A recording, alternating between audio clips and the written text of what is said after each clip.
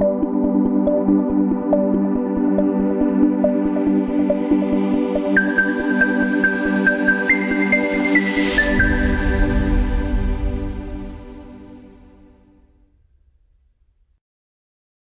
қайсымызда ішкі негативті диалог бар. Біз өзімізді жапа шегіп жүрген адам сияқты қабылдаймыз. Менің қолым тимейді, менің уақытым жоқ дегенді көп айтамыз. Көңілім тұнжырайды, ұдайы қобалжимын дейміз.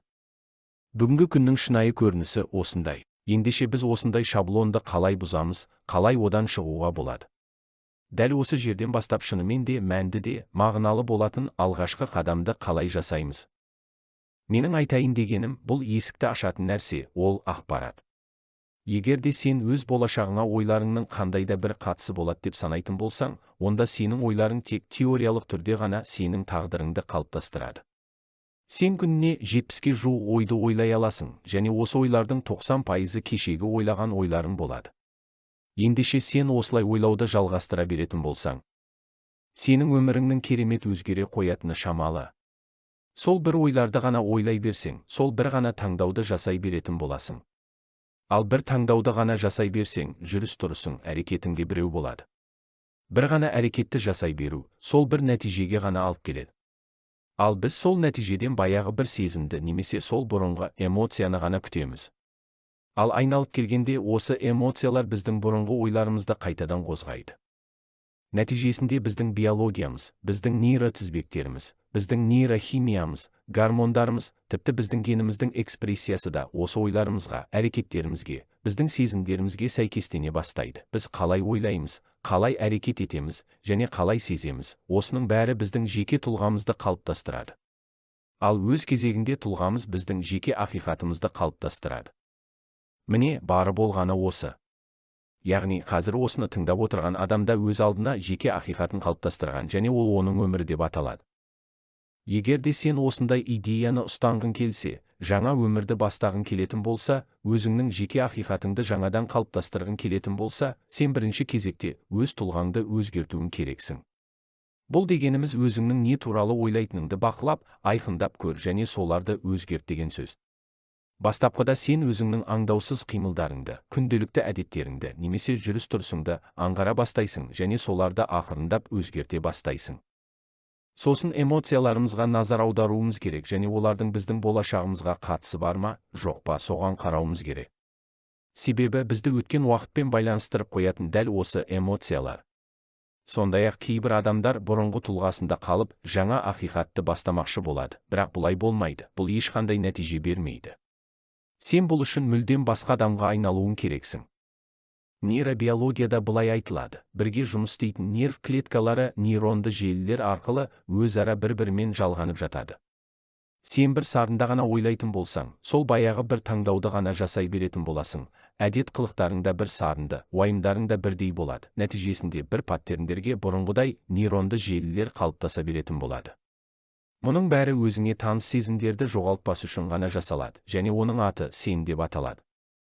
Егер сен 10 жыл бойы осылай жасауды жалғастырып келе жатқан болсаң, сенің миыңда нақты бір паттерндер қалыптасады, және олар сенің тұлғаңа айналады.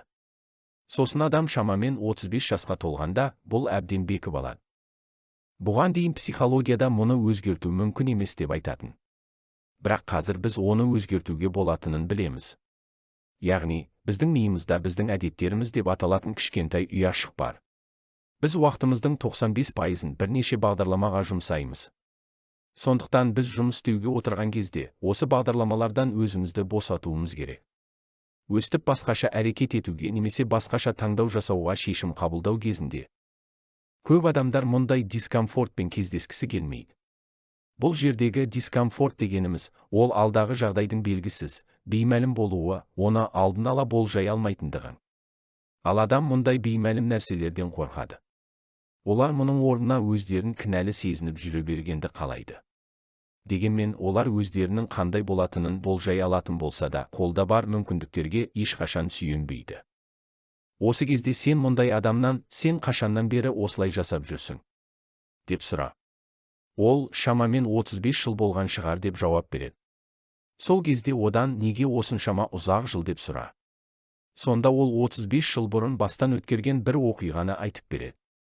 Сол оқиғадан туындайтын эмоция қаншалықты күшті болған сайын, ол соншалықты ішкі өзгерісті де көбірек сезіне бастайды, және соншалықты оның миы сол сәттегі көріністің фокусын барынша кішірейтіп, сол бейнені сурет қылып бекітіп қояды. Міне бұл естелік деп аталады. Сондықтан мұндай естеліктерді ұмытқаның абзал. Эмоцияларға бой алдырма, себебі эмоциялар сені өткен уақытқа байлап қояды. Әрине, теориялық тұрғыдан бұл керемет естіледі. Бірақ, шын мәнінде сен өзгеремін деп шешім қабылдап, осы беймәлім жаққа, бос тарапқа шыққан кезіңде, денең сені бұрынғы әдетіне тарта бастайды. Ал әдет деп дененің ақылға айналған кезін айтамыз. Сен бұрынғы болып кеткен бір оқиға туралы ойлаған кезде, ол эмоция тудырады, және осы процесті бастау үшін саған белгілі бір образ бен сезім қажет болады. Осылайша денеміз біз білетін өткен уақытқа байланған болып шығады, немесе болжамды, бізге белгілі болашаққа бағдарланған болып шығады. Адам күн сайын оянған кезде, сол бір күйбең өмірді қайталай беретін болады. Мұндай кезде нақ осы сәт бізге белгісіз болып қала береді. Адамға дискомфорт туындағанда ол қолына телефонын алып, біреулерге қоңырау шала бастайды, немесе орнынан тұрған кезде жоқ. Мен медитация жасай алмаймын, менің жұмысымда көп, қолымда тимейді деп ақтала бастайды. Олар бұрынғы өздері білетін сезімге қайта оралуды қалайды, себебі дене миға сондай сигнал беріп жатыр. Осылайша дене ақылға айнала бастағанда мұны әдет деп атаймыз. Адам өзгерісті бастаған кезде оның денесі, жоқ, мен мұндай дискомфорт күйде болғым келмейді, мен одан да өзімді кінәлі сезінгенім жақсы. Мен одан да өзімді бақытсыз сезінейін деген сигнал бере бастайды. Сөйтіп ол өзі білетін бұрынғы сезімге, бұрынғы күйге қайтып оралғанда, өзін қауіпсіз, жайлы сезінетін болады. Сондай-ақ, адам өзгеріске бет бұрған кезде, оның денесі ақылына сенің қазір қолың бос емес, сен мұны ертең баста, бұған сен кінәлі емессің, бұл сенің анаңның кінәсінен, бұл сенің ортаңның, мәдениетіңнің кінәсінен болған нәрселер. Бәрібір қазір сенің ақшаңда жетпейді, бұдан бәрібір түк шықпайды деп айта бастайды. Міне, сенің жолыңда, сені мен сенің болашағыңның арасында осы бағдарламалар тұр. Бұрынғыдай бірігіп жұмыс жасайтын нерв жасушалары, енді өзара бір-бірімен жалғаспайды. Ақыл мен дененің осындай жай күйін байқаған болсаң, сен бұдан былай бағдарлама емессің деген сөз. Сен енді осы бағдарламаны бақылайтын сана болып табыласың. Медитация жасау дегеніміз осылармен танысуды білдіреді. Осы ойлармен танысып, біле бастаған сайын сен өзінің қалай сөйлейтініңді түсіне бастайсың, сен өзінің әрекеттеріңді түсіне бастайсың, сен нені сезінетініңді байқайсың. Қаншалықты мұндай ақылдан тыс бағдарламаларды аңғарған сайын, сен өз күндеріңді де соншалықты саналы түрде өткізе бастайтын боласың. Дегенмен жақсылап медитация жасаудың өзі жеткіліксіз болады. Себебі сен көлігіңе отырасың, үлкен көшеге шығасың, кептеліске түсесің, стресс аласың, нәтижесінде қайтадан бұрынғы қалпыңа қайтып келе бастайсың. Бұл жерде біздің міндетіміз сол ақыл мен дененің өзгерген қалпын күні бойына сақтап ұстай білуіміз керек. Егер осылай жасай алатын болсаң, онда дайын бол, себебі жақын арада сенің өміріңде керемет дүниелер орын ала бастайтын болады, және бұлар кездейсоқ нәрселер немесе үйлесімді нәрселер сияқты келеді. Бұл ретте Құдайдың өзі бізге, сен тура жолдасың, осылай жалғастыра бер деп айтқан жоқ па? Алдымызда әр түрлі жолдар шығады. Осы қарқыныңды жоғалтпасаң болғаны. Сондықтан адамдарды түсінуді үйренуіміз керек. Біз білетін бір формула бар. Егер де соны қолданатын болсақ, онда осы өзгерістерді де аңғара алатын боламыз. Қазір адамдар мұны жасап, қаншалықты оның әсерін көрген сайын, соншалықты оның нәтижесі де артып бара жатыр. Біз жақында ғана Бонд университетінде болдық. Ол жерде менің миымның 10 жыл бұрынғы суреттерін жасап берді. Менің анализдерімді зерттеді, ауқымды клиникалық жұмыстар жүргізілді. Олар ми мен жүректің үйлесімді әрекетіне ортаның, яғни қоғамның ықпал ету жылдамдығына таң қалды. Олар мұны қалай жасау керектігін біледі. Бұл олар үшін белгісіз бөгде зат емес. Олар қаншама тәжірибелер жасап, бүгінгі күнде оның қалай жасалатынын жақсы біледі. Сонда мұның құпиясы неде? Шын мәнінде бәрі өте оңай. Егер де сен өміріңдегі сол бір жағдайларға, сол баяғы бір адамдарға қайта айналып келе беретін болсаң, онда сен өзіңнің бұрынғы нұсқаңа қайтып оралатын боласың. Сондықтан саған осы бүгінгі өміріңде қала білу керек. Егер сен болашаққа деген көзқарасыңды басшылыққа алмайтын болсаң, онда сенде тек өткен уақыттың естеліктері ғана қалады, және сенің өміріңнің әрі қарай қандай болатынын болжап білудің де қажеті жоқ. Яғни, бұрынғы нұсқадан жаңа нұсқаға ауысу кезінде сен өзіңнің бұрынғы кейпіңнің неврологиялық жағынан, биологиялық жағынан, сонымен қатар химиялық, гормоналдық тұрғыдан да және генетикалық жағынан да жоғалып, жойылып бара жатқанын байқайсың. Қазір біздің қолымызда адамдарды жігерлендіруге жеткілікті дәлелдер де бар. Бұл жерде тіпті мұндайды жасауға маған кеш, менің жасым өтіп кетті, немесе менің мұны жасауға денсаулығым да келмейді деп. Немесе бұрын мен елірме болып, жаман нәрселер жасағанмын, немесе менің салмағым өте ауыр, мен семізбін деп те сылтау айта алмайсың. Мен бұрын ешқашан медитация жасап көрген жоқпын десең де, ол сылтау бола алмайды. Керісінше бұрын ешқашан медитация жасап көрмеген және ештеңе жасауға да әрекеттенбеген адамдар жақсы нәтиже бере алады. Олар айтылған нұсқауларды жақсы орындайды. Осылайша қоғам мұның әлбетте мүмкін нәрсе екенін түсіне бастады, және мұндай кезде олар тәуекелге бел буады. Тәуекелдің 50% да емес, 60% да емес, таза банкке барады. Біз бір апталық іс-шараларды ұйымдастырған кездерде 1000-ға, тіпті 1500-ға дейін адам жиналады, және олардың барлығы толық қатысады. Бірінші немесе екінші күндерде адамдар өздерінің шеңберлерінен шыға бастаған кезде осы бір ғажайып дүние басталады. Бірақ оның әрі қарай қалай жалғасатынын, не болатынын мен білмеймін де, айта алмаймын да. Әдетте бұл өте қызықты да әсерлі болады.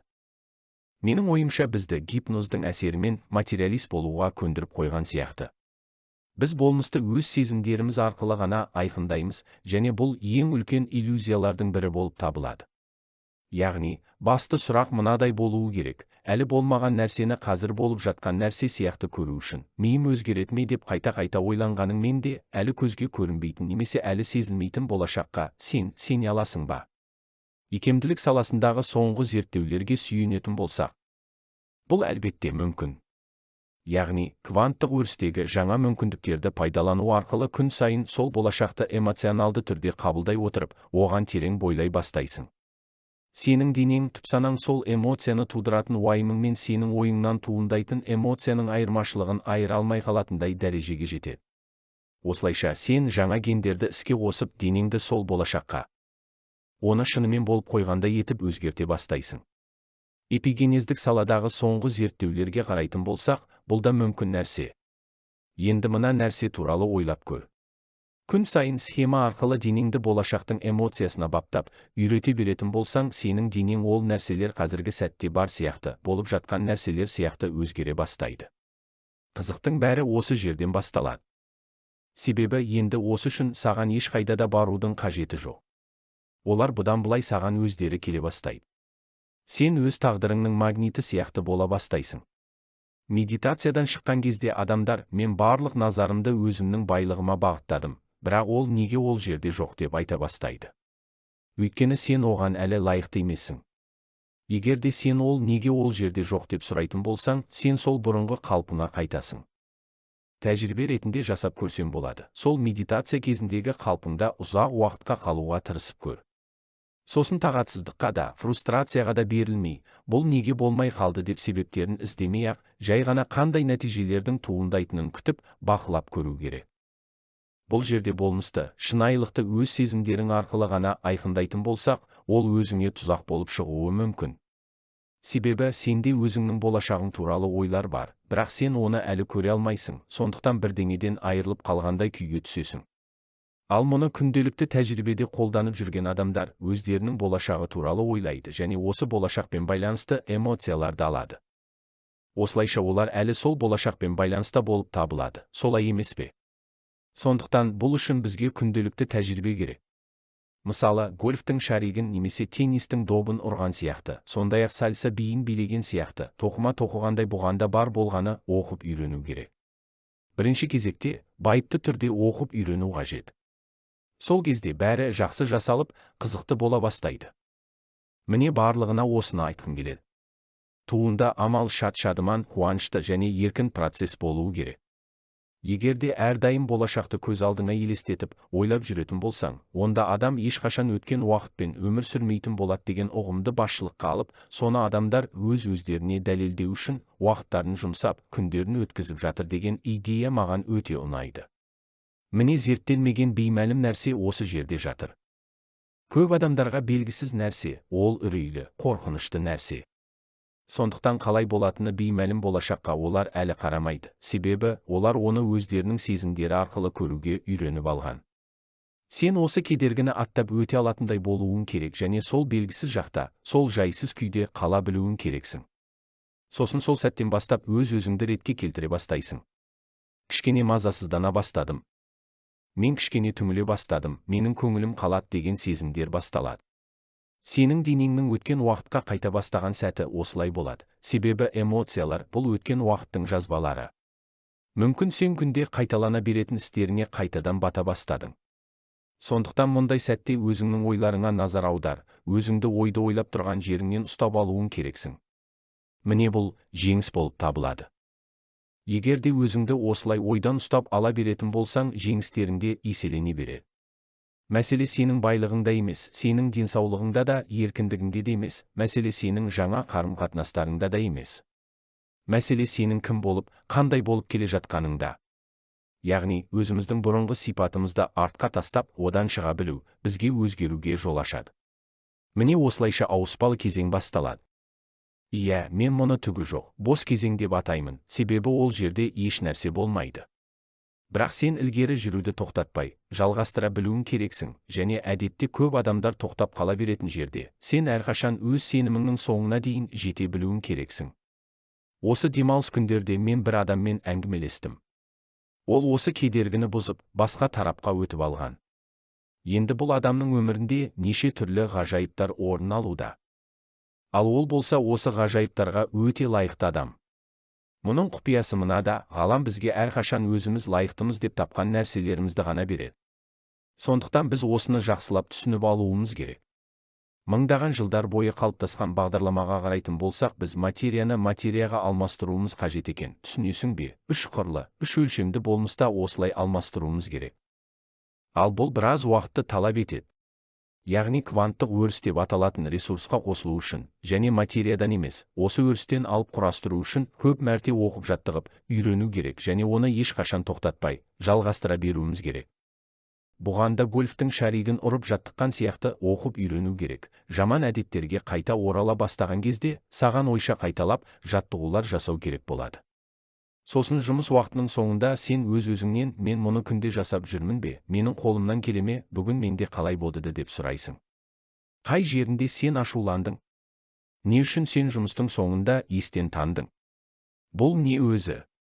Енді, егерде сен өмірді түсінетін адам болсаң, онда сен мынау баяғыда маған осыларды айтып берген адам ғой, сосын мен оны жасадым деп, немесе міне мынау менің электронды поштама келген еді деп, немесе бірдеңе дұрыс болмаған сияқты, соған мен ашуланып, түңіле бастадым, бірақ келесіде бұл тағы қайталанатын болса, мен осы дағдыларымды қолдана аламын ба деп ойланатын боласың. Енді саған осыларды дұрыстап қалыптастыру үшін бірқатар сұрақтардың басын ашып алу қажет болады. Немесе ұзақ уақытқа ой жүгіртіп, Құдайым-ау, келесіде бұл тағы қайталанатын болса, мен онда мынаны жасайтын боламын немесе ананы жасайтын боламын деп, өзіңнің не істейтініңді жоспарлап, ойластырып қоюың керек. Осы кезде көзіңді жұмып, не істейтініңді ойша қайталап жаттығатын болсаң, сенің миыңда неврологиялық құрылғы қалыптаса бастайды да, өз кезегінде ол сені мұның бәрін сен әлдеқашан жасап тастағандай сезімге бөлейді. Осы сәттен бастап сенің миың өткен уақыттың жазбасы емес, керісінше болашақтың картасына айналады. Егерде сен осыны қалыптастыра беретін болсаң, ол уақыт өте бағдарламаға айналады. Бұл дегеніміз сен енді бақытты адам сияқты жүретін боласың деген сөз. Неге олай бола бастайды десең, онда тұрған ешқандай ғажайып сиқыр жоқ. Сен бар болғаны схеманы жасадың. Бұл өте маңызды. Бұл электронды хаттарға немесе хабарламаға жауап жазудан да маңызды. Бұл өткен уақытың туралы айтқаннан да маңызды, бұл бірге кешкі ас ішкеннен де маңызды. Егерде сен жай ғана мұны басқаша қалай жасауға болатынын ойлай бастайтын болсаң, бұл нерв жүйесінің қалыптасу процесі болып табылады. Сондықтан бұл үшін саған ақыл санаға келу қажет болады, және бұл біраз уақытты талап етеді. Яғни, сен өз телефоныңды өшіріп, есікті жауып алу керексің. Саған айналаңда болып жатқан барлық нәрселерден оқшауланып, тәжірибені бастау керек. Осылайша біраз үйрене бастағаннан кейін сен, міне, бұл басталды деп оны байқайтын боласың. Міне мынау түңілу кезі, ал мынау үрей мен қорқыныш деп айыра алатын боласың. Осылайша біз адамдарға өз-өзін реттеу үшін, ми мен жүректің арасында үйлесімділікті орнату үшін қажетті құралдарды ұсындық. Кейін адамдардан кешіріңіз, 1 минутқа шығып келейінші деген сөздерді есту қалыпты жағдай. Дегенмен бұдан кейін бірнеше рет терең тыныс алу маңызды. Олар өздеріне қайта оралып, болашақтарының энергиясына қосылады. Бұл процесте олардың көздеген мақсаттары маңызды емес. Бастысы сол энергиямен байланыс орнату. Олар өз энергиясын сарқып тастамайды.